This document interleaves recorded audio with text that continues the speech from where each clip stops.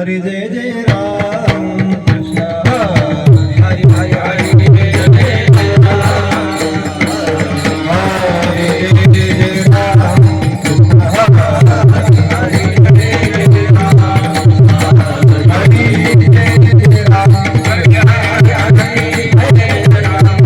हरी जय जय राम हरी जय जय राम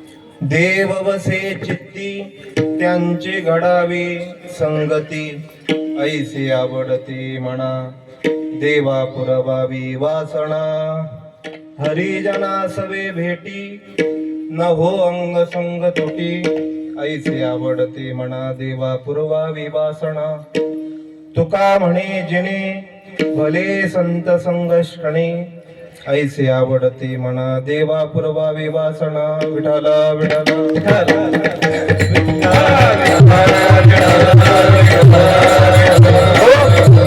महायोग पीठे तटे भीमरत्यं वरं पुंडरीकाय दातुं मुनीन्द्रैः समागत्य तिष्ठन्तमानन्द कंदं परब्रह्मलिंगं भजे पांडुरंगं पांडुरंगा करू प्रथम नमन पांडुरंगा करू प्रथम नमन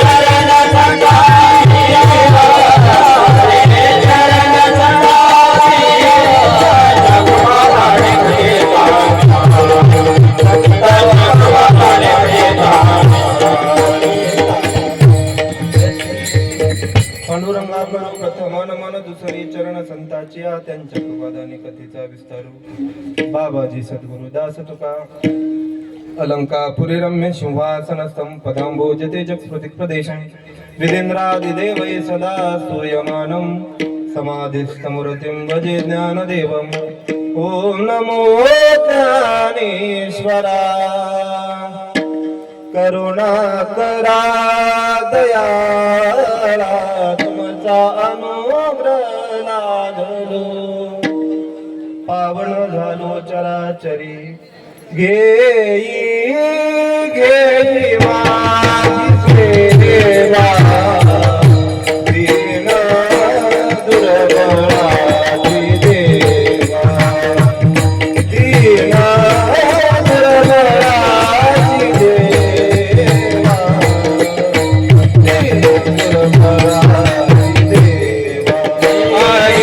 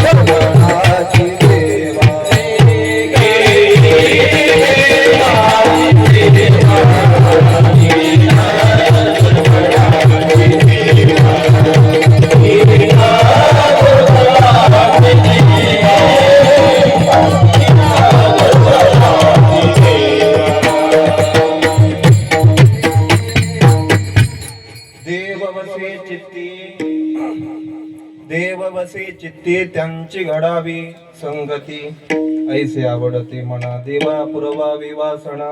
प्रस्तुत सेवेकरिता निवडलेला अभंग संत शिरोमणी वैराग्याचे महामेरू श्रीमंत श्री जगद्गुरु तुकोबाराय यांचा मागणीपर प्रकरणातील अभंग सेवेसाठी निवडला. विठाला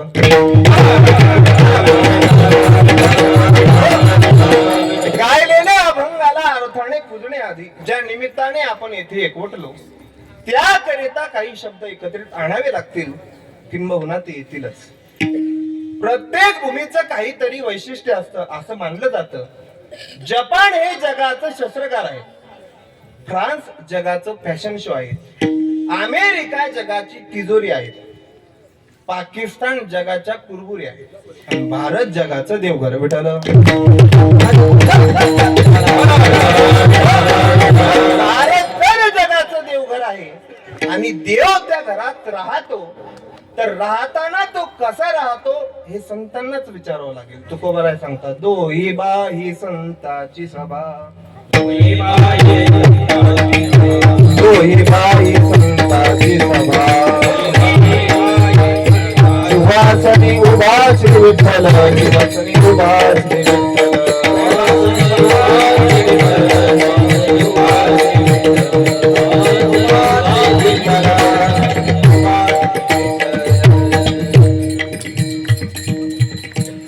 मला एक सांगा, शिवासन कशा करता असतं?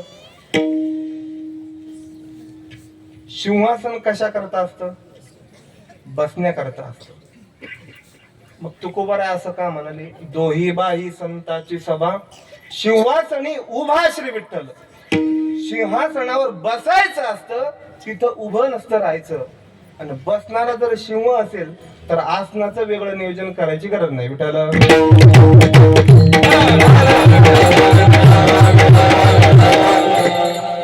दोही बाई संताची सभा सिंहासनी उभा श्री विठ्ठल. त्याची सभा जर संतांनी भरलेली असेल मग संत किती असेल? अनेक लक्षात घ्या. महाराष्ट्राला काय कमी जास्त मिळालं मला माहित नाही, पण महाराष्ट्राला सगळ्यात मोठं धन विपुल प्रमाणातलं धन म्हणजे संत धन मिळालं. विठ्ठल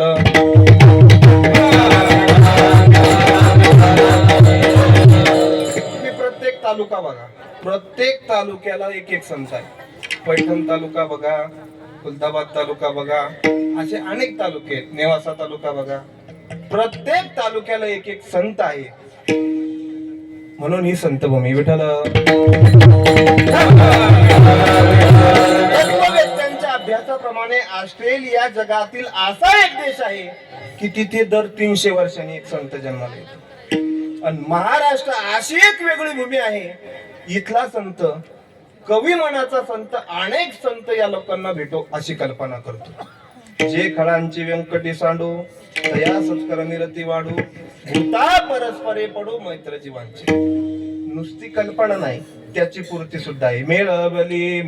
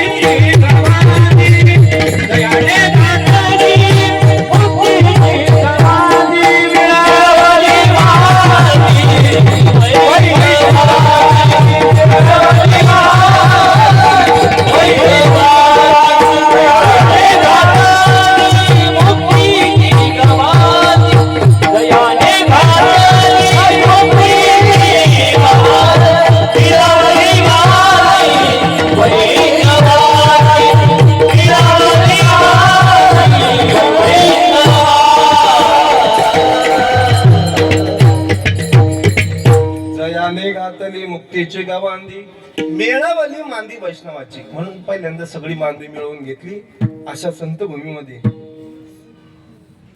ही संत भूमी असल्यामुळे आपल्याला संचाराचं स्वातंत्र्य मिळालं. देशातल्या देशात आपण कुठेही जाऊ शकतो. मग देशातल्या देशात कुठेही जाऊ शकतो तर जो तो महाराष्ट्रातच कशाला येतो? कारण त्यांना माहित आहे ही भूमी ज्ञानबा तुकाराम रसेन पिऊन तयार झालेली भूमी आहे. म्हणून इथं मी सुरक्षित राहू शकतो, माझा परिवार सुरक्षित राहू शकतो, माझी संपत्ती सुरक्षित राहू शकते. एवढा विश्वास त्यांना आणखी कुठे मिळेल की नाही शंका आहे. विठ्ठल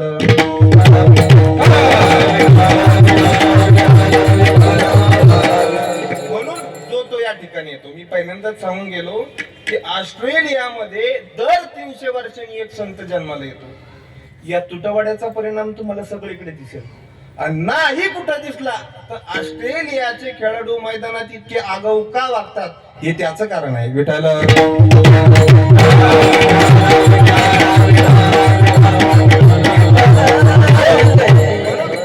जो तो या ठिकाणी येतो कारण ही संत भूमी आहे. आणि अशा या संत भूमीमध्ये गेल्या 7 दिवसापासून चालू असलेला हा अखंड हरिनाम सप्ताह श्रीमद भागवत कथा 16 या सोहळ्यातील आजची 7व्या दिवसाची कीर्तन रूपी सेवा पूजनीय स्वामीजींच्या आशीर्वादानं स्वामीजींच्या आज्ञेनं माझ्या वाट्याला आली. या सप्ताहाचे मार्गदर्शक असणारे आदरणीय ज्यांचं मी स्वामीजींच्या मुखातून नाव ऐकलं होतं, आदरणीय स्वामीजी नेहमी सांगत असतात की त्यांना शांती ब्रह्म जरी म्हटलं तरी हरकत नाही. विठ्ठल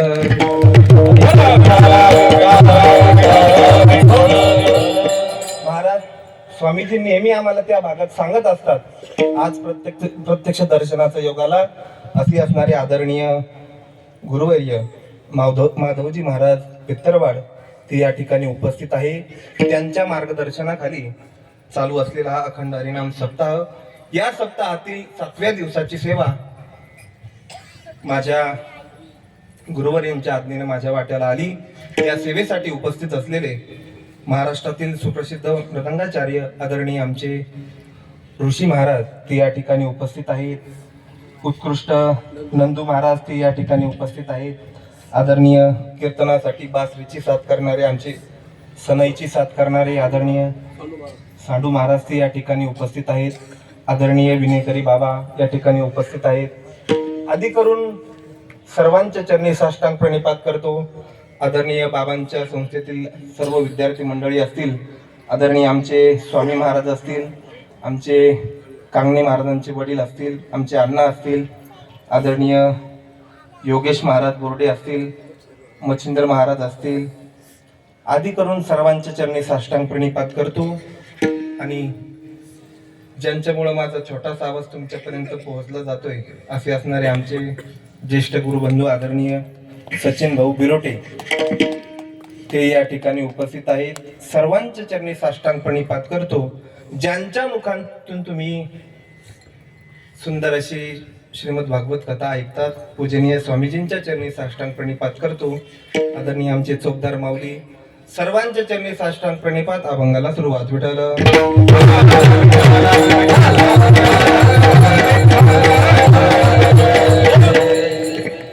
आजचा हा उपांत्य दिवस आहे, म्हणजे रात्रीचं आजचं शेवटचं कीर्तन. उद्या पूजनीय स्वामीजींच्या कीर्तनाने या सप्ताहाची सांगता, आणि म्हणून आजचं आदल्या दिवशीचं कीर्तन म्हणजे उपांत्य कीर्तन. या उपांत्य कीर्तनाच्या दिवशी मागणी पर अभंग असावा असा लिखित नियम नाही, परंतु तरीही सांगितल्या शास्त्राने सांगितल्याप्रमाणे अर्थात संप्रदायाने जे नियमावली घालवली त्या नियमाला अनुषंगाने आजचा मागणी पर अभंग असावा. म्हणून मागणी पर अभंग. विठ्ठल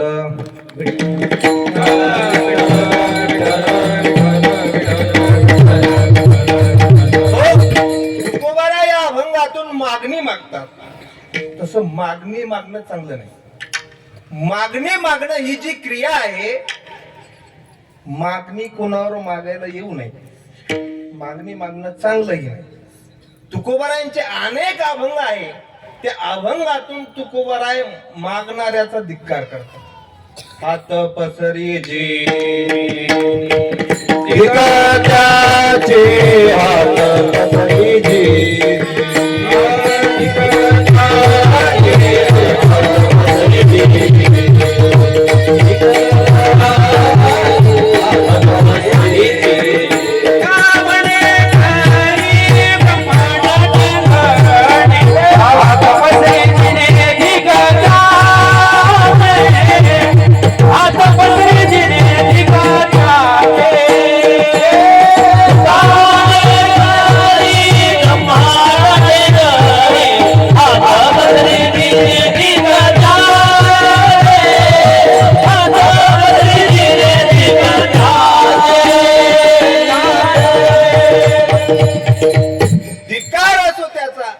दुसऱ्या समोर हात पसरवतो.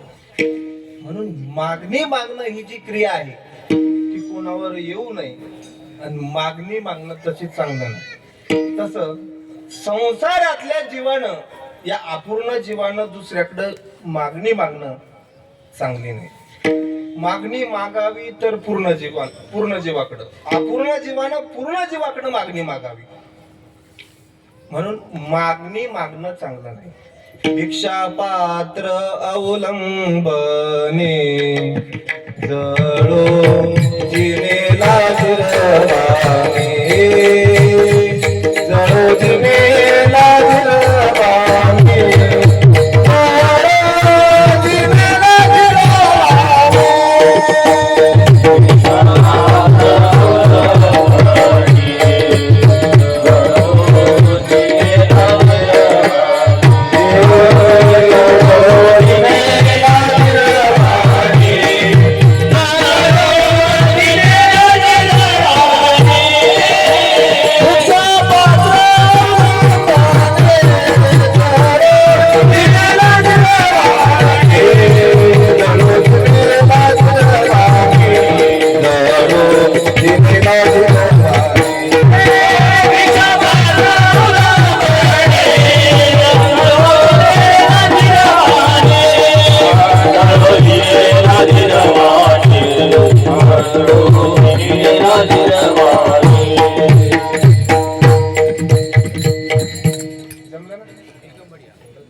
भिक्षा पात्र अवलंबने जळो जिने लाजीरवाने. धिक्कार असो त्याचा की जो दुसऱ्या समोर हात पसरवतो त्याचा. म्हणून मागणी मागणी चांगली नाही. संसारातल्या जीवानं मागावी की नाही मागावी, देवाकडं मागावी की नाही मागावी, हा प्रश्न वेगळा आहे, पण मागणी मागणं चांगली नाही. विठ्ठल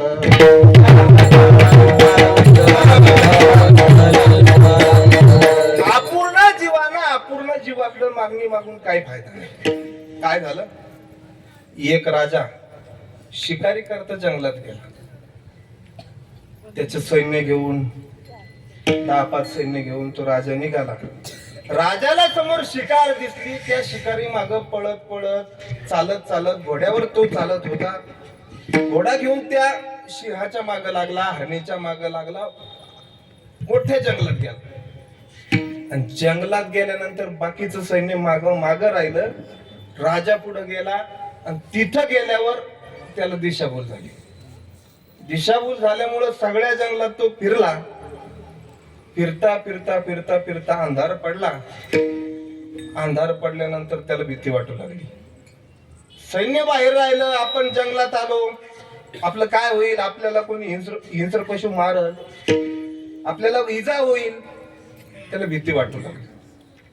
अंधार पडलेला होता आणि एका ठिकाणी त्याला असा मीन प्रकाश दिसला. मग त्याला थोडं बरं वाटलं. मग बरं वाटलं, तो तिथं गेला आणि तिथं एक मेंढपाळ राहत होता. त्या मेंढपाळानं राजाला पाहिलं आणि राजाला पाणी वगैरे दिलं. राजा थकलेला होता, राजाला भूक लागली, राजाला भाकरही दिली. राजा खुश झाला आणि त्यानं सांगितलं, हे बघ, मला जंगलात आल्यामुळं दिशाभूल झाली आणि मला तू रस्ता दाखव. त्या मेंढपाळानं त्या राजाला सोबत घेतलं, जंगलाच्या बाहेर आला आणि राजाला राजाचा रस्ता दाखवला. आणि राजा निघणार, पण राजा मोठी माणसं कृतज्ञ असतात. मग त्यांनी सांगितलं, हे बघ, उद्या सकाळी 9 वाजता दरबार भरणार आहे. दरबारात तू ये, तुला काय लागल ते मला सांग. रातभर तू विचार कर, जे लागल तुला ते तुम्हाला सांग, ते मी तुला देतो. तुला अर्ध राज्य लागलं, अर्ध राज्य देतो. तू माझा जीव वाचवलेला आहे, हिंस्र पशूपासून तुम्हाला वाचवलं, मला तू रस्ता दाखवला, मला भूक लागली होती, मला तू भाकर खाऊ घातली, मला पाणी पाजलं. आता तू मला सांग, तुला काय लागतं ते मला सांग. राजा राजवाड्यात गेला. दिवसभर थकलेला होता, राजा झोपला. इकडं हा सकाळी उठला लवकर, राजवाड्यात गेला. राजा थकलेला असल्यामुळे थोडा उशिरा उठला आणि मग त्याची देवपूजा वगैरे सुरू झाली आणि तो त्या ठिकाणी देवासमोर बसून प्रार्थना करू लागला. असं हात जोडून तो काहीतरी पुटपुटत होता. मग हात राजवाड्यात आला आणि राजवाड्यात, कारण राजाने सांगितलं होतं की माझ्यावर एका माणसानं उपकार केलेला आहे, तू येणार आहे, आता त्याला जे लागल ते मी आता देणार आहे, तुम्ही त्याला व्यवस्थित सन्मानानं तुम्ही त्याला आत आणा. सगळे त्याला प्रेमानं बोलत होते, सगळे त्याला सन्मान देत होते. राजा हात जोडून देवासमोर, देवघरासमोर बसला होता, काहीतरी पुटपुटत होता. हा म्हणाला, राजवाड्यात आला, तो म्हणाला, राजेसाहेब कुठे आहे? ते म्हणाले, राजेसाहेब देवपूजा करताय, तुम्ही 5 मिनिट थांबा. पण त्याने काय केलं, त्या राजवाड्यामध्ये आल्यानंतर एक खिडकी होती, त्या खिडकीतून तो म्हणाला, मी खिडकीतून डोकलो तर चालेल ना? तो म्हणाला, हो ठीक आहे, डोक. ती खिडकीतून डोकत होता. राजा हात जोडून त्या देवासमोर बोलत होता, पुटपुटत होता. याने पाहिलं ना, हा बाजूला झाला. दरबार भरला. दरबार भरल्यानंतर राजाने त्याची सगळ्यांबरोबर ओळख करून दिली. सांगितलं, काल मला भूक लागली होती, मला तहान लागली होती, यानं मला रस्ता दाखवला, तुला काय लागतं ते मला तू सांग. तो म्हणाला, राजेसाहेब, मी ज्यावेळेस या राजवाड्यात आलो, राजवाड्यात तुम्ही खिडकीत डोकावलो, तुम्ही हात जोडून देवासमोर काहीतरी पुटपुटत होता, नेमकं काय करायचं? तो म्हणला, अरे मी देवासमोर मागणी मागत होतो. मागणी मागत होता असे शब्द त्यानं ऐकलं. आपली घोंगडी खांद्यावर टाकली आणि वापस निघाला. राजा त्याला आडवा झाला, ते सेनापती वगैरे सगळे त्याला आडवे झाले. अरे बाबा, राजा विचारतोय तुला, राजा म्हणतोय तुला काय लागतं ती माग, तरी तू निघाला. अरे घे, 10-5 एकर वावर मागून घे, एखाद्या पक्षाचं तिकीट मागून घे. तो म्हणाला, भिकाऱ्याकडे काय माग? विठाला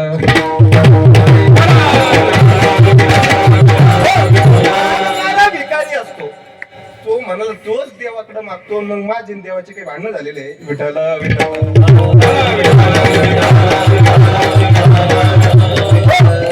मागणार दीन होऊन मागत असत.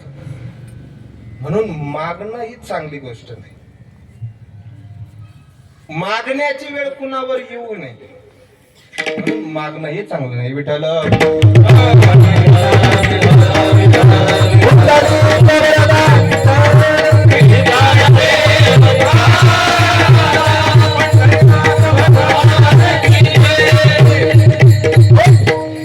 तस तुकोबराय भगवंताची सेवा करत होते. वडील आजोबा यांच्यापासून चालत आलेली ही परंपरा, या परंपरेपासून देवाची सेवा करत होते.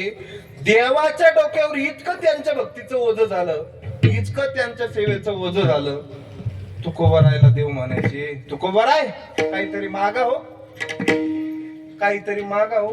पण तुकोबराय मागत नव्हते. कारण ही जी मंडळी असते ही देवाकडे काही मागत नाही. तुम्ही भक्त प्रल्हादाचं उदाहरण घ्या. भक्त प्रल्हाद त्या भगवंताचं इतकं नामस्मरण करत होता, इतकं नामस्मरण करायचं, नारायण नारायण इतकं नामस्मरण करायचा. त्याच्या वडिलांनं हिरण्यकशिपूने त्याला देवाचं नाव घेऊ नको म्हणून कडेलोट केला. उकळत्या तेलात टाकलं, जाळ्यात टाकलं,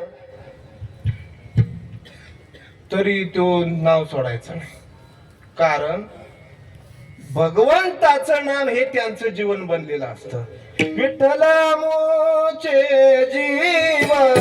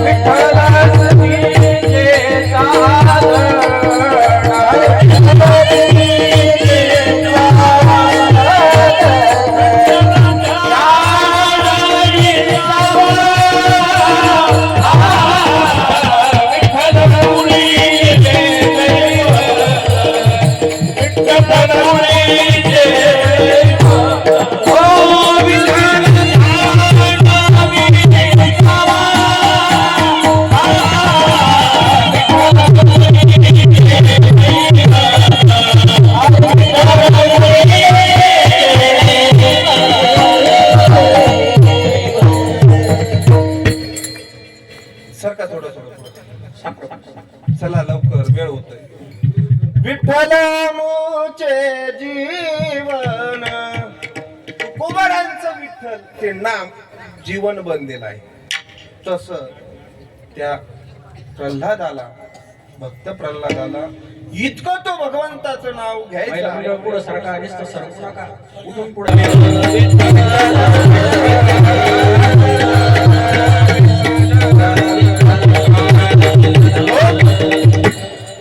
इतका तो भगवंताचं नाव घ्यायचा. त्याच्या वडिलाला राग यायचा की आपल्या शत्रूचं हा नाव घेतो म्हणून त्याच्यावर अनेक प्रकारे त्याच्यावर इजा होईल असं वर्तन केलं. त्याला ठार मारण्याचा प्रयत्न केला तरी तो भगवंताचं नाव सोडत नव्हता. कारण त्यांचं जीवनच जसं पाण्यातून मासा जसा वेगळा करावा, मासा जसा तडफडतो, तसं नामधारक मंडळी त्यांच्यापासून नाम जर वेगळं केलं तर ते तसे तळमळत असतात. विठ्ठल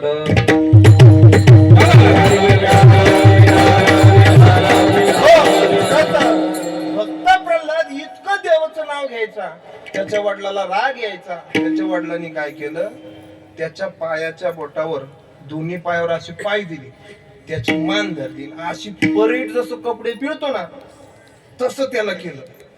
तरीही त्यांनी नाव सोडलं नाही.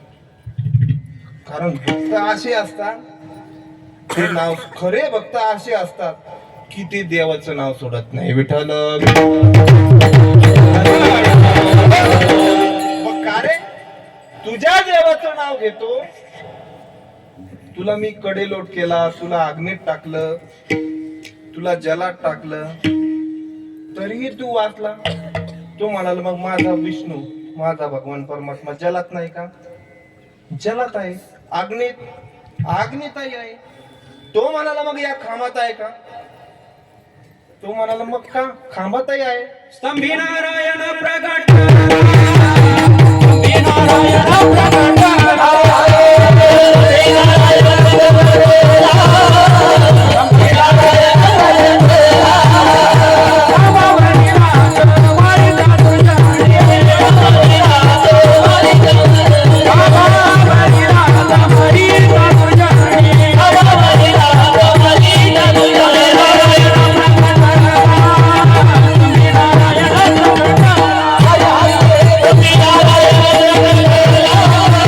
स्तंभी नारायण त्यानं जशी लात त्या खांबावर मारली, भक्ता करता त्या भगवान परमात्म्याला त्या खांबात प्रकट व्हावं लागलं. मग ते आता पुढची कथा सांगायला वेळ नाही. त्या भगवान परमात्म्यानं त्या हिरण्यकशिपूला जसं ब्रह्मदेवानं त्याला वरदान दिलं होतं, ते वरदानानुसार त्या वेळेत त्या वेशात तसं त्याला मारलं. मग ती त्याचं नरसिंहाचं रूप पाहून सगळे लोक ते घाबरू लागले. मग घाबरू लागले तर या अशा रूपाला, या अशा देवाला कोण शांत करेल? मग तिथले म्हणाले, लक्ष्मी माता तुम्ही पुढे व्हा. लक्ष्मी माता म्हणाली, मी नाही. तसं मालक जर रागवला आणि मालकीने पाहिलं तर तो अर्धा गार होतो. खरंय का खोटं आहे? कबूल होते राव, एक खुशाल गोष्ट आहे राव. विठाला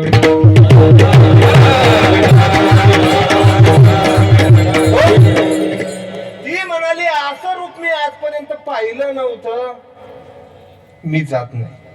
मग ब्रह्मदेवानं सांगितलं प्रल्हादाला, प्रल्हादजी.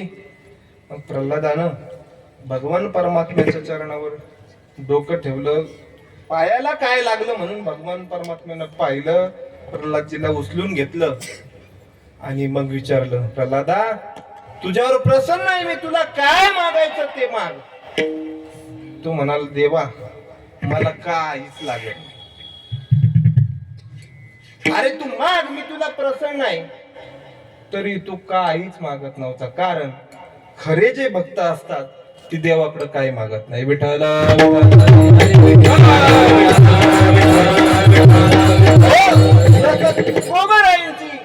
साधना इतकी झाली, वडलोपार्जित दिंडी वारी नाम साधना इतकी झाली, देवाच्या डोक्यावर ओझं झालं.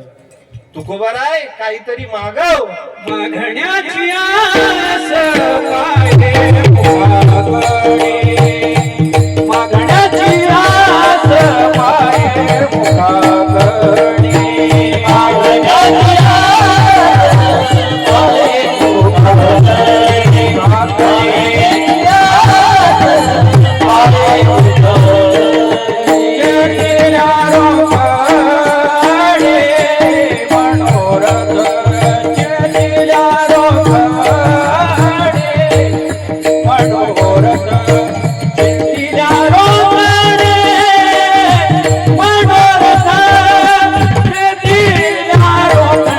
मनोरथ मागण्याची आस पाहे मुखाकडे, मागण्याची आस पाहे मुखाकडे.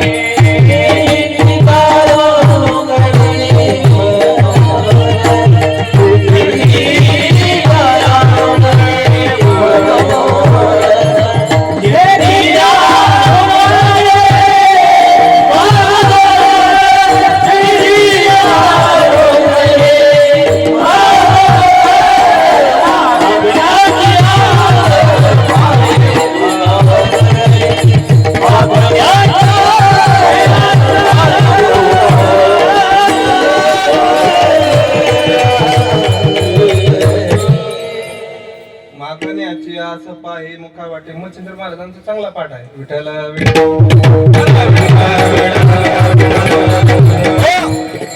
तुकोबारायला भगवान परमात्मा म्हणू लागला, तुकोबाराय काहीतरी मागा हो. तुकोबाराय म्हणाले, देवा द्यायचंच असेल तर ते दे. अभंगाचं पहिलं चरण. देव वसचे देव वसचे देव वसचे देव वसचे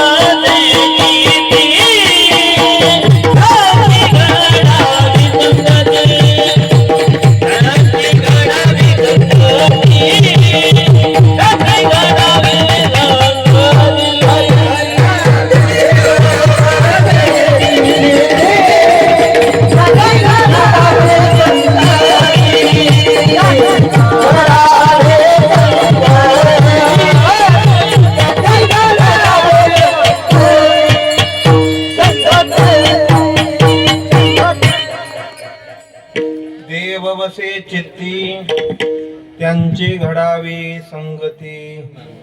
ज्यांच्या चित्तामध्ये, ज्यांच्या मनामध्ये, ज्यांच्या हृदयामध्ये तो भगवान परमात्मा वास करतो, तो भगवान परमात्मा राहतो, त्याची संगत मला घडावी असं तुकोबारा या प्रथम चरणात सांगतो. देव वसे चित्ते म्हणजे तो भगवान परमात्मा ज्याच्या चित्तामध्ये आहे, ज्याच्या मनामध्ये तो भगवान परमात्मा वास करतो, त्याची संगत मला घडावी अशी मागणी तुकोबारा या प्रथम चरणात करतात. विठ्ठल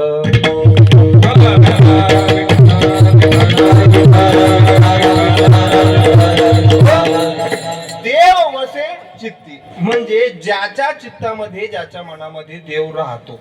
कोण राहतो? कोण राहतो? देव. पण हल्ली लोक देवच म्हणत नाही. देव आहे का? कुठे असता तर दिसला असता. ज्या अर्थी दिसत नाही त्या अर्थी नाही असं ती युक्तिवाद मांडतात तुळशी महाराज. देव दिसत नाही म्हणजे नाही असं काही लोक म्हणतात.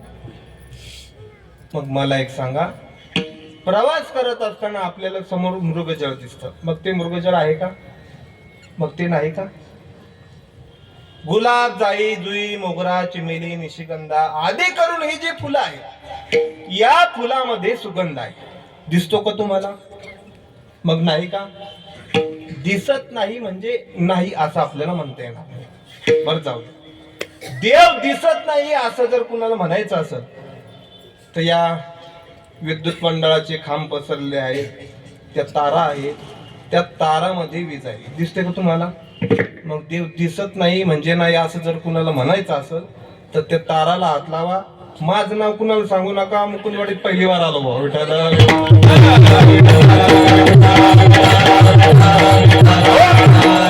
मग कळेल तुम्हाला त्यात देव आहे की नाही.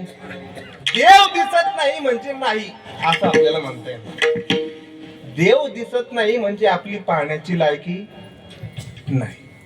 देव दिसण्याकरता तितकी शुद्ध दृष्टी असायला हवी. आपण नको ते वाईट पाहण्यात आपली दृष्टी भ्रष्ट झालेली आहे.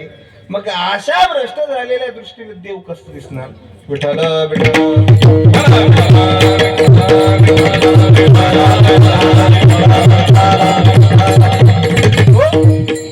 जगताम यदि नो करता कुलाले नविना घट. चित्रकारांविना चित्र स्वतैव भवेत तदा. जगाचं जर कोणी करता नसेल तर त्याच्याशिवाय हे जगत व्हायला पाहिजे. बरोबर ना? अहो साधं व्यवहारातलं एक उदाहरण घ्या. घट, मातीचा तो घट बनतो. मग माती सगळ्या ठिकाणी आहे, मग सगळ्या ठिकाणी घट का दिसून येत नाही? मुकुंदवाडीत माती कमी आहे का? मग सगळ्या ठिकाणी घट दिसून यायला पाहिजे ना.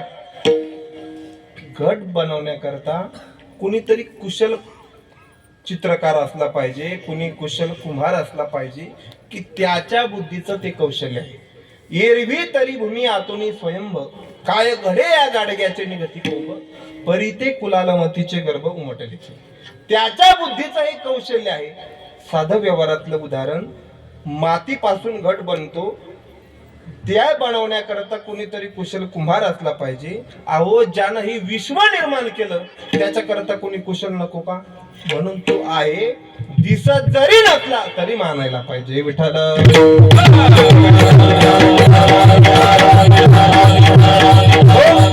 देवा आहे, देवा आहे, हृदयामध्ये शोधून पाहे, हृदयामध्ये शोधून पाहे, हृदयामध्ये शोधून पाहे.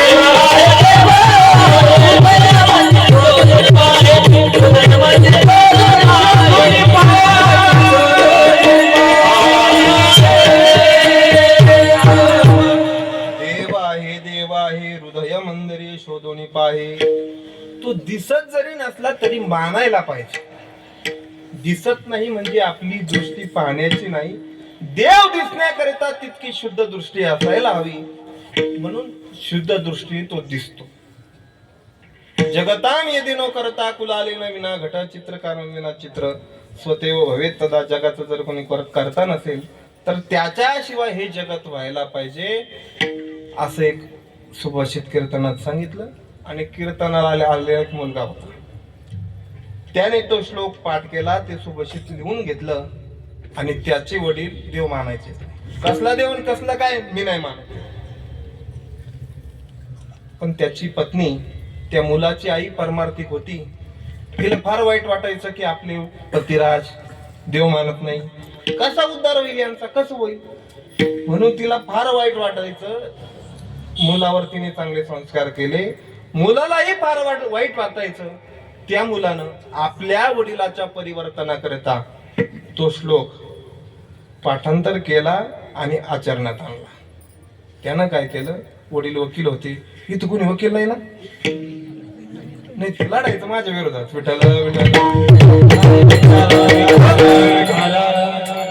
वकील साहेब देव मानायचे नाही, कसला देव आणि कसलं काय मी नाही मानत. पण त्या मुलानं काय केलं, आपल्या वडिलाच्या विश्रांतीच्या खोलीत सुंदर असं भगवान श्रीकृष्णाचे चित्र काढलं, आकर्षक, मनमोहक, अगदी पाहतच राहावं असं. त्यानं काय केलं, सगळं साहित्य त्या ठिकाणी ठेवलं टेबलावर, फुटपट्टी, पेन्सिल, रंगपेटी त्या ठिकाणी ठेवलं आणि तो निघून गेला. सायंकाळ झाली, 5 वाजले. अंधार फार वाटला म्हणून ट्यूबचं बटन दाबलं, लख्ख प्रकाश पडला की समोर आकर्षक भगवान कृष्ण परमात्म्याचं चित्र दिसलं. विचारलं, बाळू तू वाटच पाहत होता? तो म्हणाला, काय बाबा हे चित्र काढलं कोणी? तो म्हणाला, बाबा मला माहित नाही. अरे पण कोणीतरी काढलं असेल. तो म्हणाला, नाही नाही बाबा, हे बघा इथं रंगपेटी, फुटपट्टी, पेन्सिल. काय झालं, फुटपट्टी आणि पेन्सिलने काय केलं, आराखडा तयार केला आणि एक एक रंग जाऊन बसले असतील म्हणे तिथं. ते वकील साहेब म्हणाले, गाढवा मूर्खा काही बोलतोस? तो म्हणाला, बाबा मला तुम्ही गाढव ठरवू नका. मला जर तुम्ही गाढव ठरवलं तर गाढवाचं बाप कोण? तो म्हणाला, अरे बाबा पूर्वी या ठिकाणी चित्र नव्हतं, आता आलं कसं? तो म्हणाला, बाबा मग तुमचं म्हणणं काय आहे? तो म्हणाला, अरे बाबा ही चित्र काढण्याकरता कोणीतरी कुशल चित्रकार असला पाहिजे की त्याच्या बुद्धीचं हे कौशल्य आहे. तो म्हणाला, बाबा एवढंच डोकं जर इकडं वापरलं तर लवकर उद्धार होईल ना. एवढंच चित्र काढण्याकरता कोणी जर कुशल चित्रकार असला पाहिजे. अहो ज्यानं ही विश्व निर्माण केलं त्याच्याकरता कोणी नको का? जेणे विश्व निर्मिले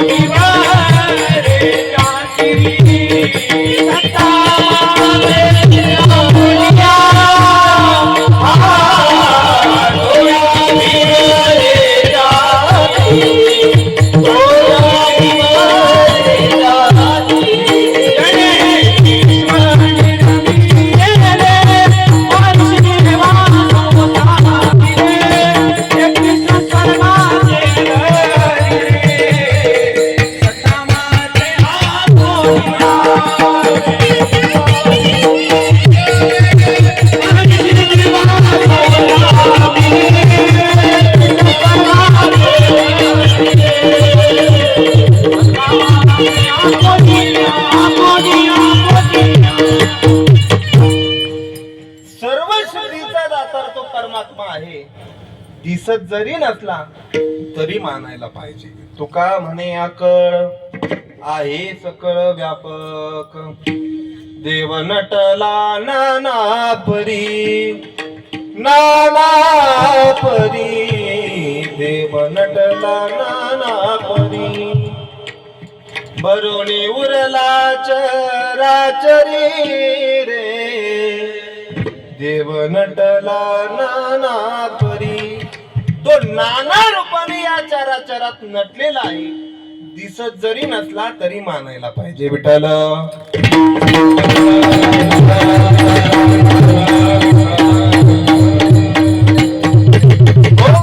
म्हणून असा तो भगवान परमात्मा माझ्या चित्तामध्ये वसावा, अर्थात ज्यांच्या चित्तामध्ये तो भगवान परमात्मा राहतो त्या संतांची, त्या साधूची, त्या भक्ताची संगत मला घडावी.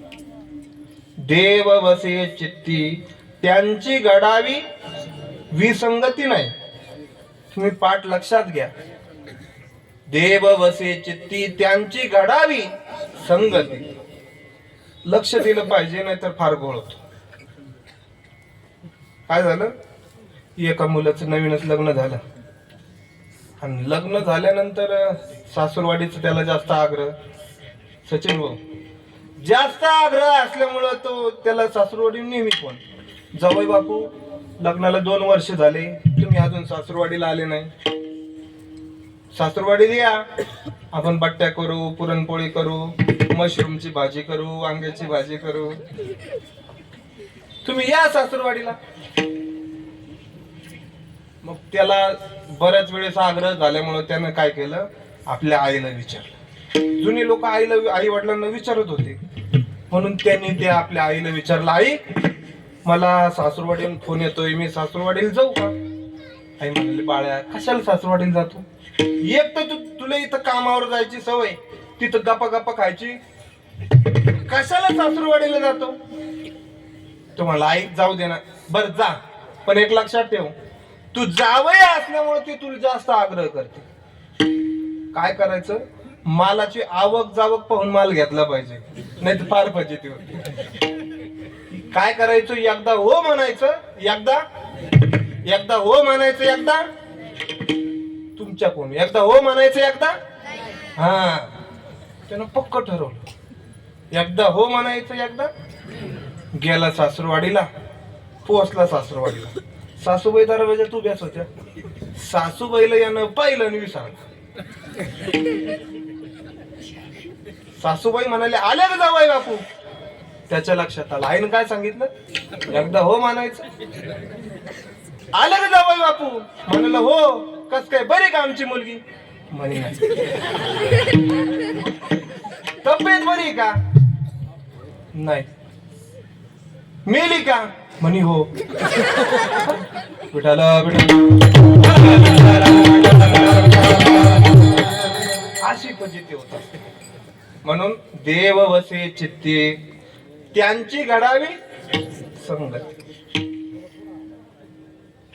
तुकोबाराय तुम्ही अशी मागणी मागितली, का मागणी मागितली? अभंगाचं दुसरं चरण.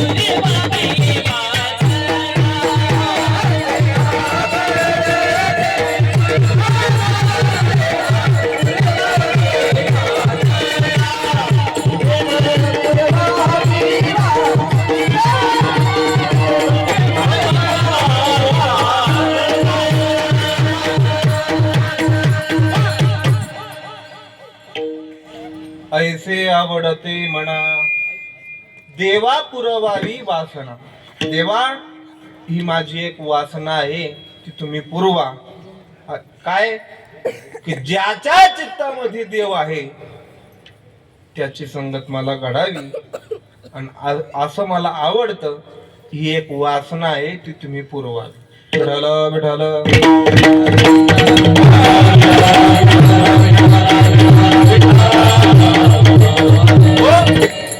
तसं ज्याला जे आवडतं ते आपण दिलं पाहिजे. मला एक सांगा, एखाद्या माणसाला शुगर आहे, मोठे ताई त्याला चांगली शुगर आहे, आणि त्याला तुम्ही जामून वाढू लागल्या, खाईल का तो म्हणला अरे बाबा मला शुगर आहे, ते जामून खाल्ल्यावर मी मरल, मला आवडत नाही. मग त्याला जे आवडतं ना ते आपण दिलं पाहिजे. तसं तुकोबाराय म्हणतात, असं मला आवडतं. काय आवडतं की ज्याच्या चित्तामध्ये भगवान परमात्मा वास करतो त्याची संगत मला घडावी, असं मला आवडतं. ही माझी एक वासना आहे, ती तुम्ही पुरवावी. विठ्ठल विठ्ठल.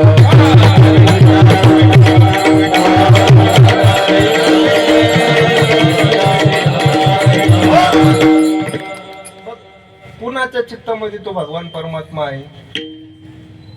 तुमच्या चित्तात आहे? तुमच्या दाखवा बरं.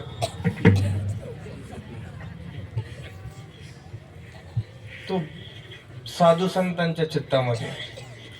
तुकोबारायांनी त्याला साठवलं, सावता महाराजांनी त्याला साठवलं, नामदेव महाराजांनी साठवलं. साठविला हरी त्यांची सरली येरधार. आमच्या जनाबाईनं तर त्याला चोरच म्हटलं. धरीला पंढरीचा स्वर. विठ्ठल.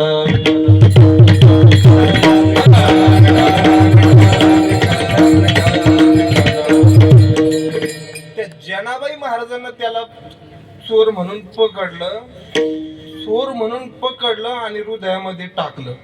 पण नुसतं नाही टाकलं, हृदयामध्ये त्याला जेल तयार केलं. त्या जेलमध्ये त्याला टाकलं. हृदय बंदी खाना केला, आत विठ्ठल कोंडीला. अशा संतांनी हृदयामध्ये त्यांना साठवलं. मग ती संत कुणाला म्हणतात? कारण संतही या जगात राहतात, आपणही या जगात राहतो. संतांनाही मुलं बाळ आहे, आपल्यालाही मुलं बाळ आहे. मग आपण म्हणजे संत का? आपण म्हणजे आपणच. कधी कधी दोन वस्तू सारख्या दिसतात परंतु त्या सारख्या नसतात. काक कृष्ण पिक कृष्ण को भेद काक पिकयो, वसंत समये प्राप्ते काक काक पिक पिक. कोकिळा आणि कावळा दिसायला दोन्ही सारखेच आहेत, पाहणाऱ्याला दोन्ही सारखेच वाटतात, परंतु ज्या वेळेला वसंत ऋतू प्राप्त होतो आणि त्या वसंत ऋतूमध्ये ती कोकिळा गाऊ लागते. ऋतू वसंतातील कोकिळ कुहू कुहू बोले, पांडुरंग आले आले पांडुरंग आले. पांडुरंग आले. मना मनातून वाहे वाहे चंद्रभागा, चराचरातून आहे भगवंताचा गा. निर्झरास भेटायास पांडुरंग आले, पांडुरंग आले आले पांडुरंग आले, पांडुरंग आले आले पांडुरंग आले. सुंदर प्रकारचा आवाज आणि त्या मधुर स्वरामध्ये ती कोकिळा सगळ्यांचं मन आकर्षित करते. त्यावेळेस लक्षात येतं की कोकिळा वेगळी आणि कावळा वेगळा. यावर काही लोक म्हणू शकतात संत तरी काय करतात? टिळा टोपीला घातलेले संत असतात की नाही, किंवा जे माळा घातलेले संत असतात की नाही, किंवा जे भस्म उधळतात, मग त्यांना आम्ही संत म्हटलं तर काय बिघडतं? परंतु संत काही ठिकाणी सांगतात भस्म उधळणे नवती भस्म उधळणे.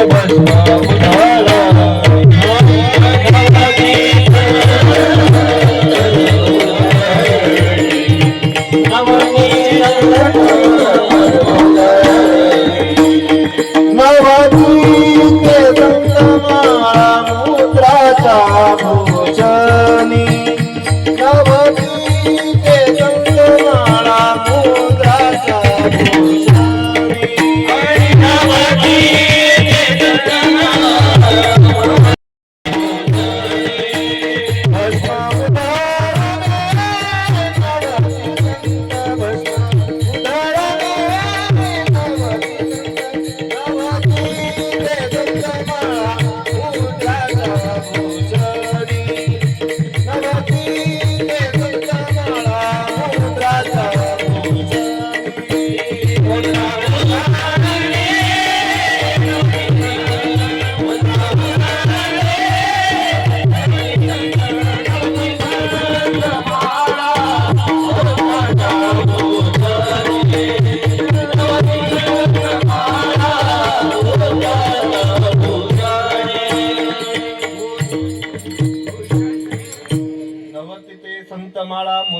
भूषणी भस्म उधळाने नव्हती संत. तुकोबाराय अशांना संत मानतात.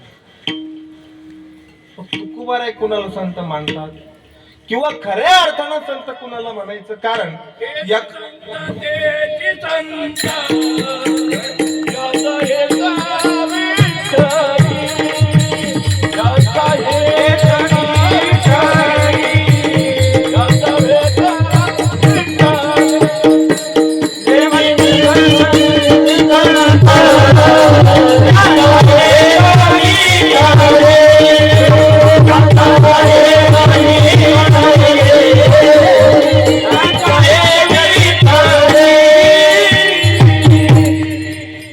हेची संत तेची संत ज्यांचा हेत विठ्ठल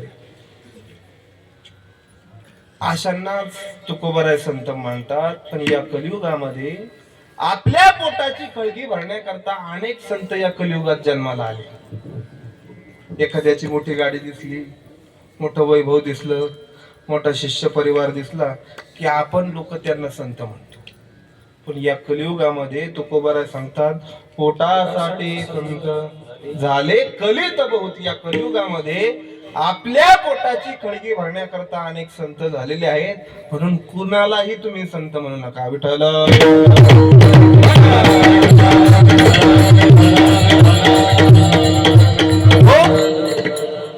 तुकोबाराय नेमकं तुम्ही संत कुणाला म्हणतात किंवा खऱ्या अर्थानं संत कुणाला म्हणायचं?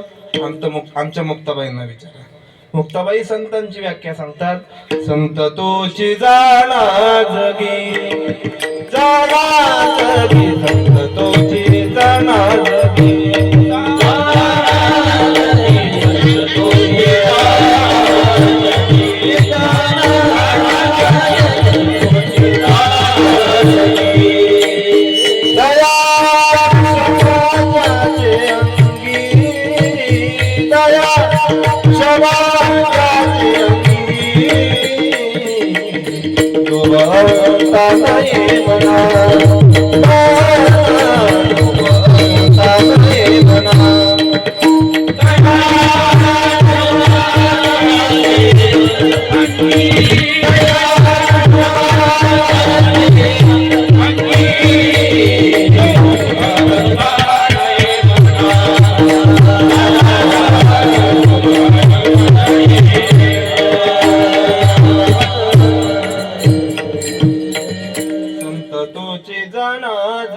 ज्याच्या अंतकरणामध्ये दया आहे, क्षमा आहे.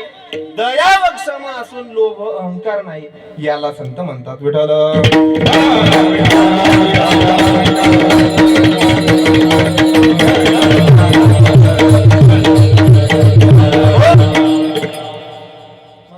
अशा संतांची संगत मला घडावी की ज्या संतांच्या अंतकरणामध्ये तो भगवान परमात्मा आहे, ज्याच्या मनामध्ये तो भगवान परमात्मा आहे, अशाची संगत मला घडावी अशी मागणी तुकोबाराय करतात. भगवान परमात्म्याची संगती घडावी, संतांची संगती घडावी अशी संगत मागणं चांगलंय, नाही तर आपल्या मागणं. एकानं तपश्चर्या केली, तपश्चर्या केली, तपश्चर्या करून भगवान शंकर लवकर प्रसन्न होणार देव म्हणजे भगवान शंकर. भगवान शंकराला प्रसन्न करून घेतलं आणि सांगितलं, भगवान परमात्मा माझ्या बायकोचं नाव नाक लय चपट आहे, थोडं मोठं करून. भगवान परमात्मा म्हणाला तथा असतो. ते पैचं नाक इतकं लांब झालं की आपल्या जालना रोडची कमान आहे ना, हा घरी आला, नाक पाहिलं, तिची बायको म्हणाली अरे तपश्चर्या तुम्ही केली पण त्यानं नाक इतकं मोठं. परत गेला, परत साधना केली, 2-3 वर्ष साधना केली. भगवान शंकर प्रसन्न झाले. देवा तू माझ्या बायकोचं नाक मोठं केलं, त्याला थोडं बारीक कर. देवानं इतकं बारीक केलं का पहिले जी दिसत होतं ती नाही सुद्धा.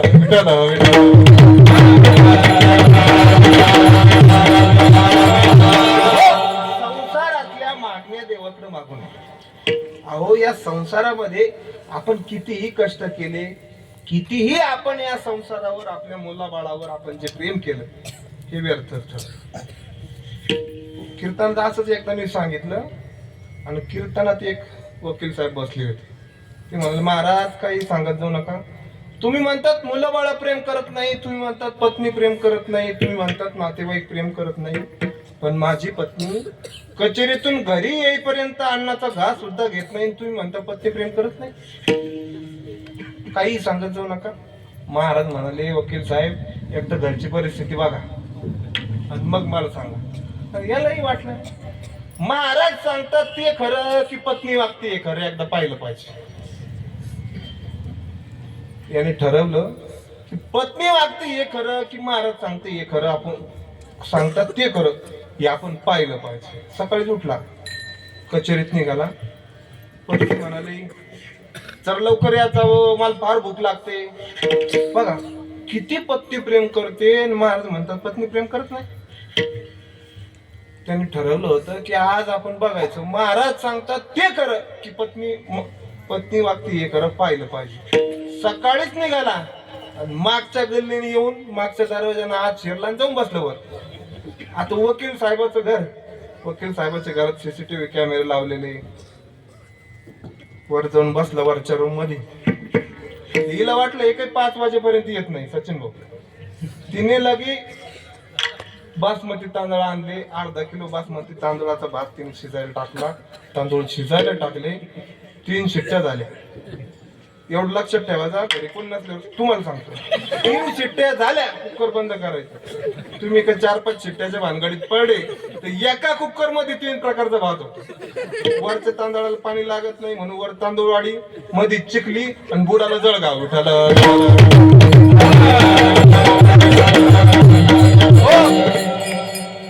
तिने अर्धा किलो तांदळाचा भात तयार केला. त्यात 100 ग्रॅम गावरान तूप, साखर 3 ताटात घेतली. वकील साहेब वरून पाहत होते. ते म्हणले हिच्यासाठी ब्रेड चहा सुद्धा घेत नाही कचेरीत आणि घरी कुकर भात आणतील, पुन्हा म्हणते तुम्हाला सोडून कशी खाऊ. थोड्या वेळानं ऊस विकणारा माणूस आला. ऊस विकणारा मोठमोठ्याने म्हणू लागला, ऊस घ्या ऊस, ऊस. मामा कसे दिले ऊस? 25 रुपयाचे 5 ऊस. 5 ऊस घेतले, गॅलरीत बसली, 5 ऊस खाल्ले. वकील साहेबाला वाटलं काय लबाड दुनिया आहे. वकील साहेबाला वाटलं सीसीटीव्ही कॅमेऱ्यात घुसणीचा गळा दाबावा, पण करता काय, महाराज सांगतात तेच खरं. थोड्या वेळानं पेढे विकणारा माणूस आला. पेढे विकणारा मोठमोठ्याने म्हणू लागला, पेढे घ्या पेढे, पेढे. मामा कसे दिले पेढे? 50 रुपयाचे पावशेर पेढे. पावशेर पेढे घेतले, पावशेर पेढे खाल्ले. संध्याकाळचे 5 वाजले. वकील साहेब नेहमीप्रमाणे हातात बॅग, चेहरा सुकलेला. वकील साहेब आत आले. हिला वाटलं नक्की आज वकिलाच्या विरोधातच निकाल लागला की काय.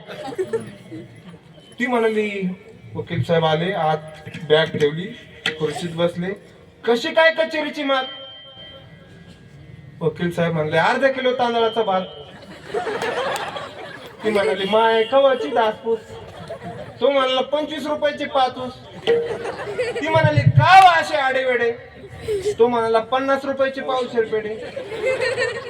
ती म्हणाली, तुम्हाला हे कसं कळलं? वकील साहेब म्हणाले, मला सोडून तुला कसं गिळलं?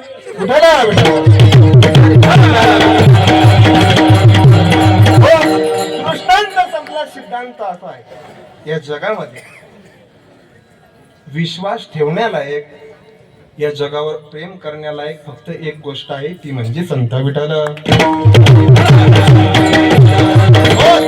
एका अभंगात सांगतात की मी त्या संतांच्या चरणावर विश्वास ठेवला, संताची पायी हा माझा विश्वास, सर्व भावे दास झालो त्यांचा. पण हल्ली लोक आपण संतांवर विश्वास ठेवत नाही. पण तुम्ही हल्ली चांगले आहात. आमच्या श्रीकृष्ण आश्रम परिवारामध्ये तुम्ही सहभागी झालात.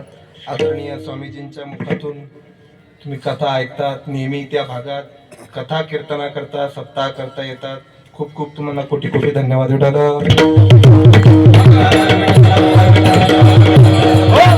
या संसारामध्ये तुम्ही त्या संसारावर कितीही विश्वास ठेवला, कितीही त्या संसाराचे दास झाले, तो संसार आपला मालक बनतो आणि आपण त्याचे दास बनून संसार सांगल, बायको सांगल ते काम आपण करतो. मला एक सांगा, आता इथं शेतकरी वर्ग नाही, पण शेतकरी वर्गामध्ये शेतात आऊत माणूस आणतो, वखर माणूस आणतो, पेरणी माणूस करतो, सगळी कामं माणूस करतो. आणि कांद्याची पट्टी जर आली तर ती बायकोच्या हातात होती. तुमच्याकडे असंच आहे का? विठाला विठाला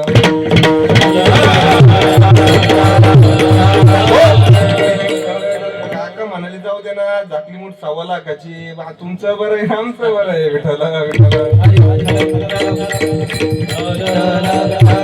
हो. तर त्या संतांच्या चरणावर आपण विश्वास ठेवला पाहिजे, त्या संतांचे आपण दास झालो पाहिजे. आणि अशा संतांच्या की ज्या संतांच्या अंतःकरणामध्ये भगवान परमात्मा साठवला आहे, त्यांच्या हृदयामध्ये भगवान परमात्मा आहे, त्यांची संगत मला घडावी हे माझ्या मनाला आवडतं. ही माझी एक वासना आहे, ती तुम्ही पुरवावी. आणि पुढं मागणी मागतात अभंगाचं तिसरं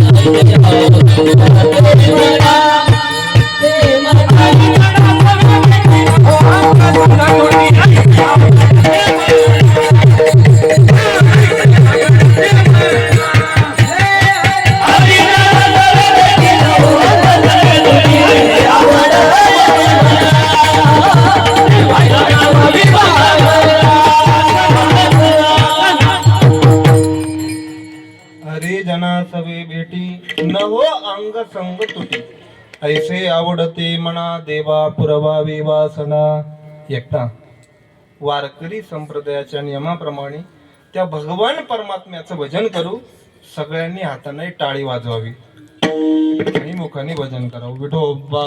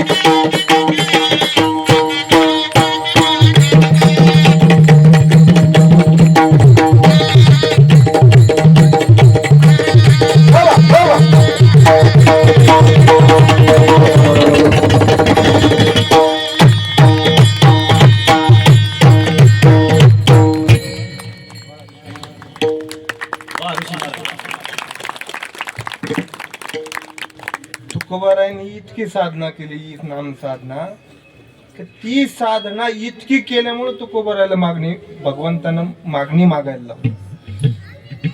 साधना केली पाहिजे. अहो ही नाम साधना इतकी सोपी आहे, इतकी सोपी आहे की याच्यापेक्षा आता सोपं करून सांगणं शक्य नाही. किती सोपी सांगू? नाम संकीर्तन साधन पै सोपे, जळतीला पापे जन्मांतरी. ही नाम साधना, या नाम साधनेचं फळ जन्मांतरीचे अनेक पाप जाळल्या जातात, तरी लोक करत नाही हो. इतकी सोपी करून सांगितली की आता याच्यापेक्षा सोपं करणं शक्य नाही. किती सोपी केली सांगू? भजन करा विठ्ठल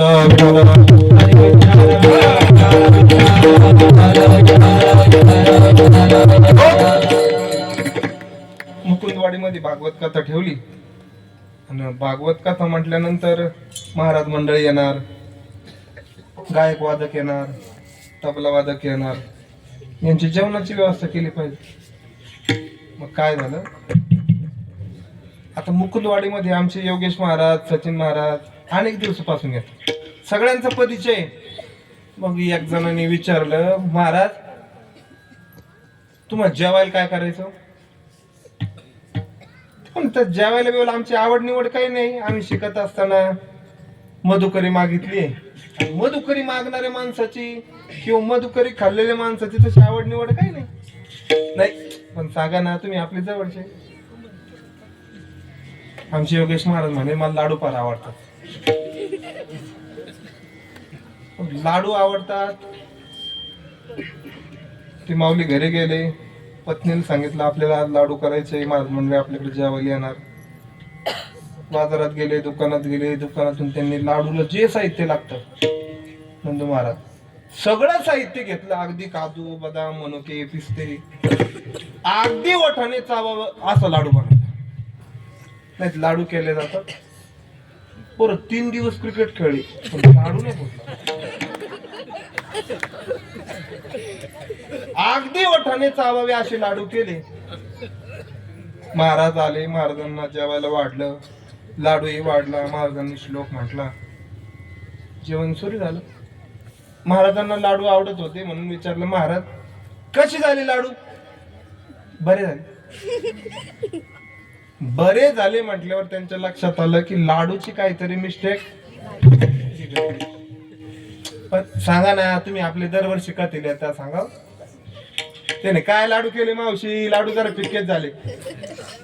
त्याला काय, उद्या पुन्हा आपल्याकडं लाडू करत असताना त्यानं काय केलं, अगदी 100 ग्रॅम रवा आणि 1 किलो साखर वापर. जरा लाडू फास्ट करून घे. सुंदर असे लाडू बनवले. महाराज आले, महाराजांना लाडू वाढला. महाराज कसे झाले लाडू? लाडू फिकेच झाले. महाराज पुन्हा आपल्याकडे लाडू बनवत असताना अगदी 50 ग्रॅम रवा 1 किलो साखर. सुंदर असे लाडू बनवले. महाराज आले, महाराजांना लाडू वाढला. महाराज कसे झाले लाडू? लाडू जरा फिकेच झाले. मावशी म्हणाली मागच्या जन्मातलं नक्की मुंगळाचा असला पाहिजे म्हणून.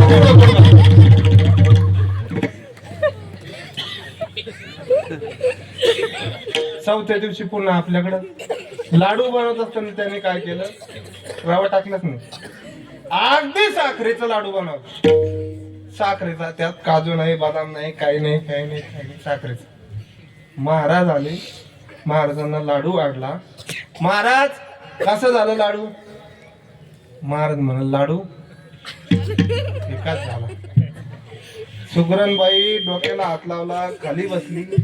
याच्यापेक्षा गोड लाडू मला आता करता येत नाही. तस तुकोबारांनी आपल्याला ही साधना इतकी सोपी करून सांगितली, इतकी सोपी करून सांगितली, आता याच्यापेक्षा सोपं करणं शक्य नाही. विठ्ठल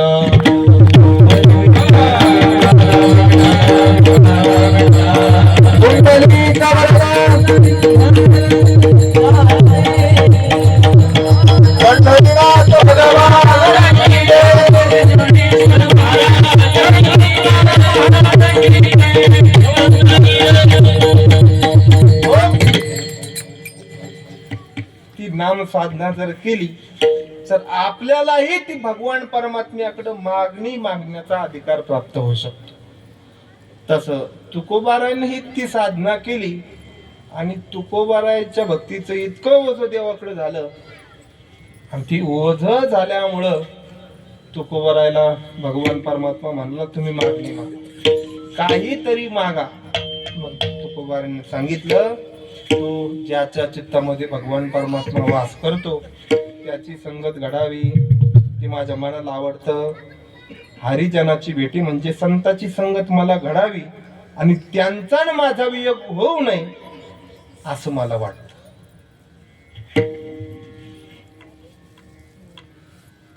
देव वसे चित्ते त्यांची घडावे संगती, ऐसे आवडते मना देवा पुरवावी वासना. हरिजना सवे भेटी न हो अंग संग तुटी, अशी तुकोबाराय मागणी मागतात. अजून काय मागणी मागतात? अभंगाचं 4थं चरण. तुका माने तुका माने तुका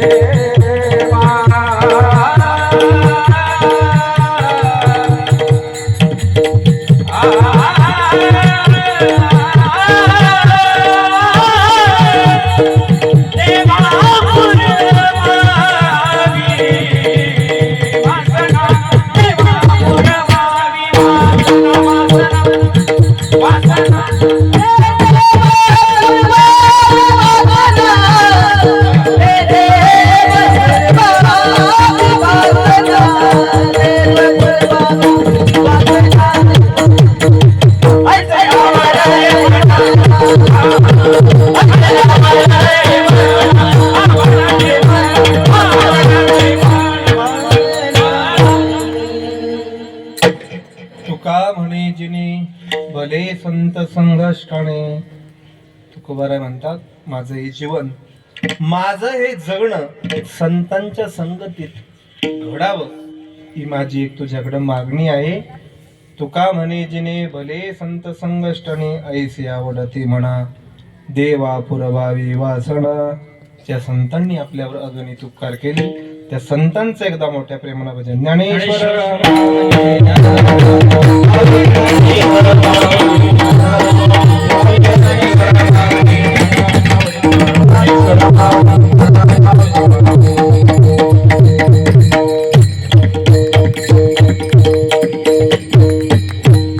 देव बसे चित्ती त्यांची घडावी संगती, ऐसे आवडते मना देवा पुरवावी वासना, हरिजना सवे भेटी न हो अंग संग तुटी, ऐसे आवडते मना देवा पुरवावी वासना, तुका म्हणे जिने भले संत संगष्टणे, ऐसे आवडते मना देवा पुरवावी वासना.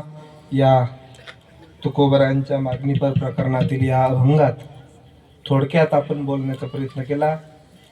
यात जे काही योग्य आहे ते माझ्या गुरुवर यांचं आहे. यात बोलता बोलता माझ्याकडून काही अपशब्द निघाले असतील, काही तुमच्या मनाला टोचणारे शब्द निघाले असतील, ती माझ्या बुद्धीचे दोष समजून माझे मला परत करा.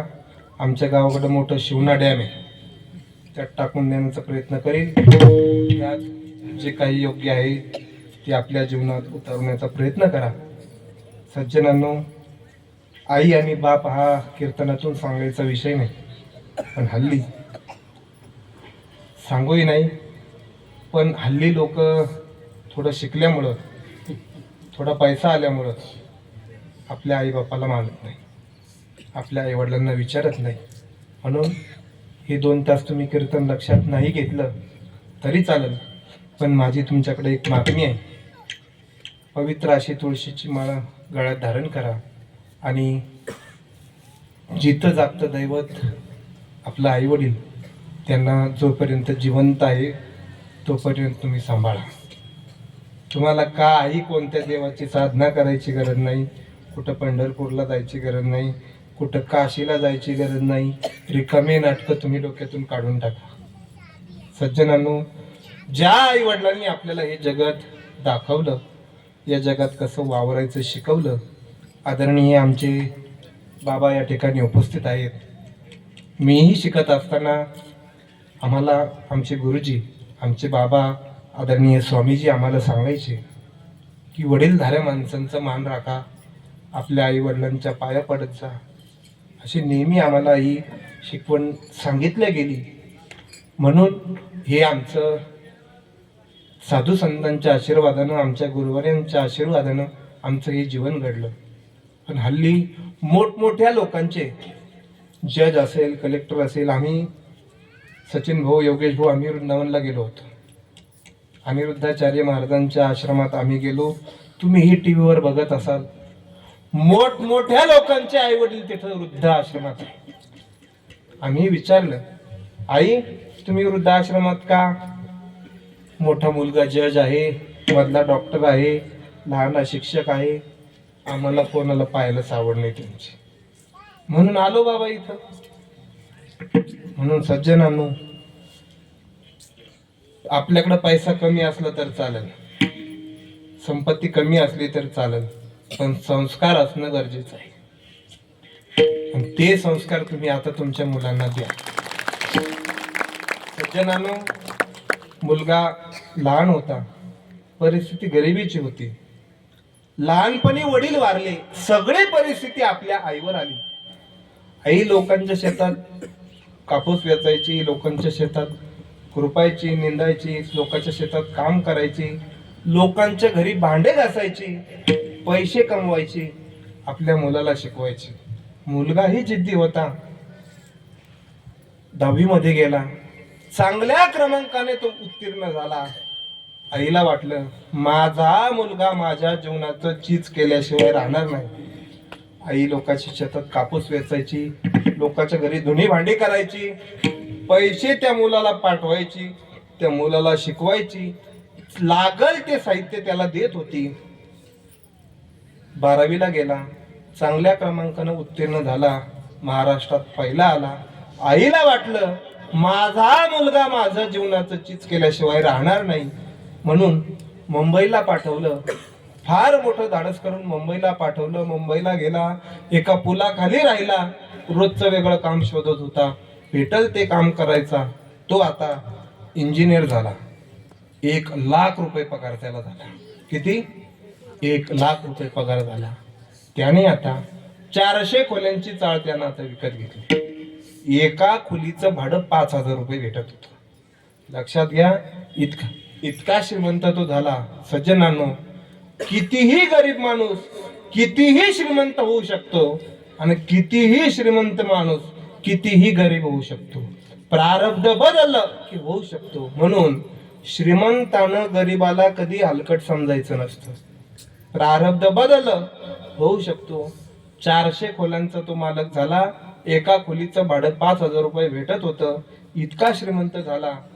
हळूहळू आपल्या गावाला विसरला, आपल्या घराला विसरला, आपल्या परिवाराला विसरला. इकडं आईला वाटलं माझा मुलगा मुंबईला गेला, काय खात असेल, काय करत असेल, त्याला कुणी विचारत असेल नसेल, त्याला कुणी जेव घालत असेल नसेल, कसा राहत असेल, हे पाहण्याची इच्छा त्या आईची झाली. ती आई मुकुंदवाडी स्टेशनवर बसली, ठाणे स्टेशनला उतरली. भेटल त्याला विचारत होती. एवढीशी चिठ्ठी होती हातामध्ये. भेटल त्याला विचारायची, सांगेल त्या रस्त्याने चालायची.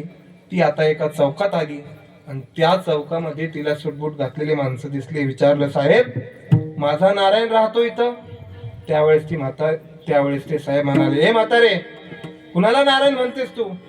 नारायण शेठ आहेत ते, ही त्यांचीच चाळ आहे, त्यांच्याच कंपनीमध्ये काम करतो आम्ही, लाख लाख रुपये पगार घेतो आम्ही. नारायण म्हटली. आजी म्हणाले, अरे बाबा नारायण शेठ, पण कधी येणार आहेत ते? आता येणार आहेत ते आता, हे त्यांचंच ऑफिस आहे. ती आजी काठी टेकत पायऱ्या चढत त्या नारायण शेठच्या ऑफिस मध्ये जाऊन बसते. एक आई म्हणून चित्र लक्षात घ्या. एका हातामध्ये वायरची पिशवी आहे, त्या पिशवीमध्ये हिरवं पातळ आहे. एक हिरवं पातळ आजी नेसलेली आहे. एका हातात काठी आहे. ती काठी टेकत ती आजी नारायण शेठच्या ऑफिस मध्ये जाऊन बसते. सज्जनांनो, एवढा मोठा गरीबाचा मुलगा एवढ्या मोठ्या गादीवर किंवा एवढ्या मोठ्या खुर्चीवर बसताना पाहून आईला किती आनंद होईल. गगनात मावणार नाही एवढा आनंद त्या आईला झाला. आई म्हणाली, देवा इतकं मोठं कर्ज असतोस एखाद्याला इतकं? अरे लोकांच्या शेतात कापूस वेचला लेका, लोकांच्या घरी भांडे घासले, इतकं मोठं करतो? म्हणून ती आजी सारखी रडायची. तिच्या डोळ्यातून आनंद अश्रू व्हायचे. देवा इतकं मोठं केलं, इतकं? नारायण शेठ येतात. टक टक टक बुटांचा आवाज येतो. नारायण शेठ आले, खुर्चीत बसले. ते खुर्चीचं चित्र लक्षात घ्या. इकडं पाहिलं इकडं जाते, इकडं पाहिलं इकडं जाते. ती गोल फिरणारी ती खुर्ची. नारायण शेठ आले, खुर्चीत बसले. आईला वाटलं माझा मुलगा अनेक दिवसानंतर मला भेटणार आहे, तो मला विचारील. तो खुर्चीत बसला. एक ऑफिसर यायला लागला. आपली फाईल दाखवायचा. Yes sir, no sir, yes sir, no sir म्हणून निघून जायचा. पण एक ऑफिसर आला आणि त्यानं विचारलं, साहेब कोण म्हातारी होई? जरा खेडवळ दिसते, जरा बावळट दिसते. त्यावेळेस हा नाऱ्या म्हणतो, माझ्या गावाकडची माझ्या घरी भांडे घासणारी माहिती आहे. सहन करू शकता तुम्ही हा चटका? अशी चटकी नाही बसतात. विचारतो आम्ही त्या वृद्धांना. त्यावेळेस ते वृद्ध सांगतात, महाराज मी आई झाले नसते तर हा चटका सहन करण्याची पाळी आली नसते. त्या आजीनं सगळं दुःख आपल्या डोक्यात साठवलं आणि आजी नारायण शेठला न भेटता घरी निघाली. घरी आली, मोठा आजार तिला जडला आणि त्या आजारात ती वारली. सज्जनांनो, नारायण शेठला फोन करण्यात आला. नारायण शेठ आला. मोठा कार्यक्रम त्याने आयोजित केला. मी असं म्हणत नाही तुम्ही मोठा कार्यक्रम करू नका, परंतु जोपर्यंत आपले आई वडील आहे तोपर्यंत त्यांची सेवा करा, त्यांच्या ऋणातून उत्तीर्ण होण्याचा प्रयत्न करा. देवाची साधना करायची तुम्हाला गरज पडणार नाही, कारण आई वडील म्हणजे जिथं जागतं दैवत आहे. पुंडलिक रायानं दुसरं काही केलं नाही. आराधिला पुंडलिके जननी पूजोनी जनके त्यानं पहिले आपल्या आई वडिलांची सेवा केली, आपल्या आई वडिलांची पूजा केली आणि नंतर त्या पांडुरंग परमात्म्याची आराधना केली. ही ताकद जर कशामध्ये असेल तर आपल्या आई वडिलांच्या सेवेमध्ये. विठ्ठल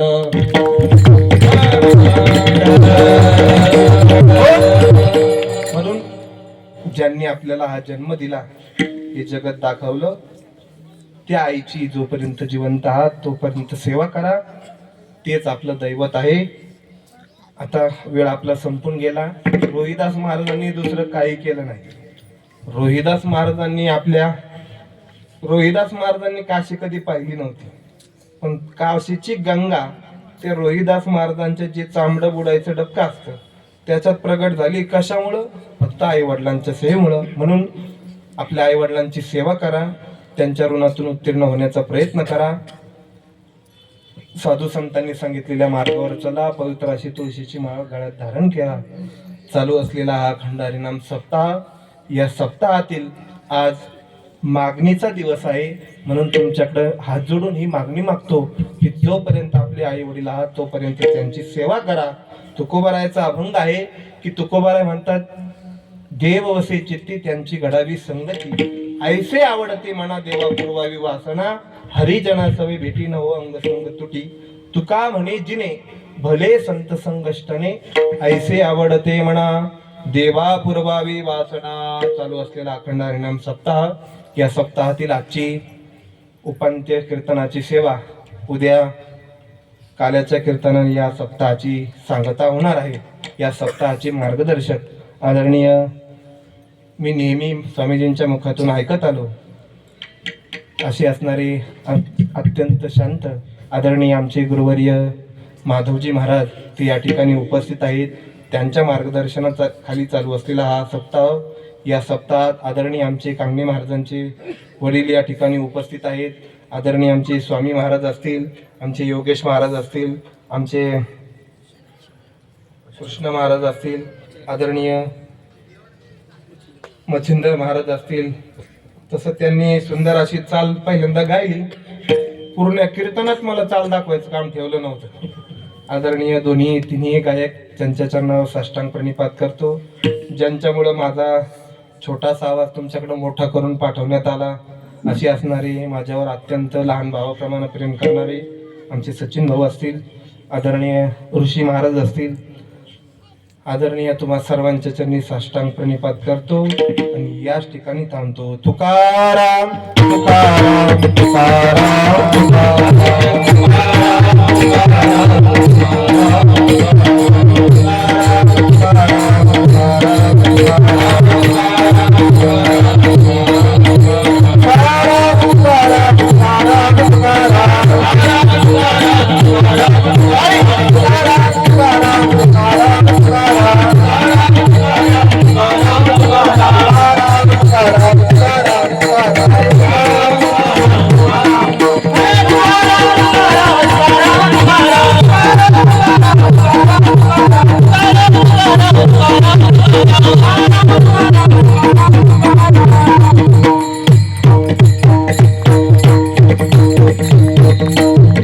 झालेली सेवा भगवान परमात्म्याच्या चरणी समर्पित करून, माझे गुरुवार यांच्या चरणी समर्पित करून, आदरणीय परमपूजनीय स्वामीजींच्या चरणी समर्पित करून याच ठिकाणी थांबतो. विठ्ठल जय जय, हरी हरी जय, हरी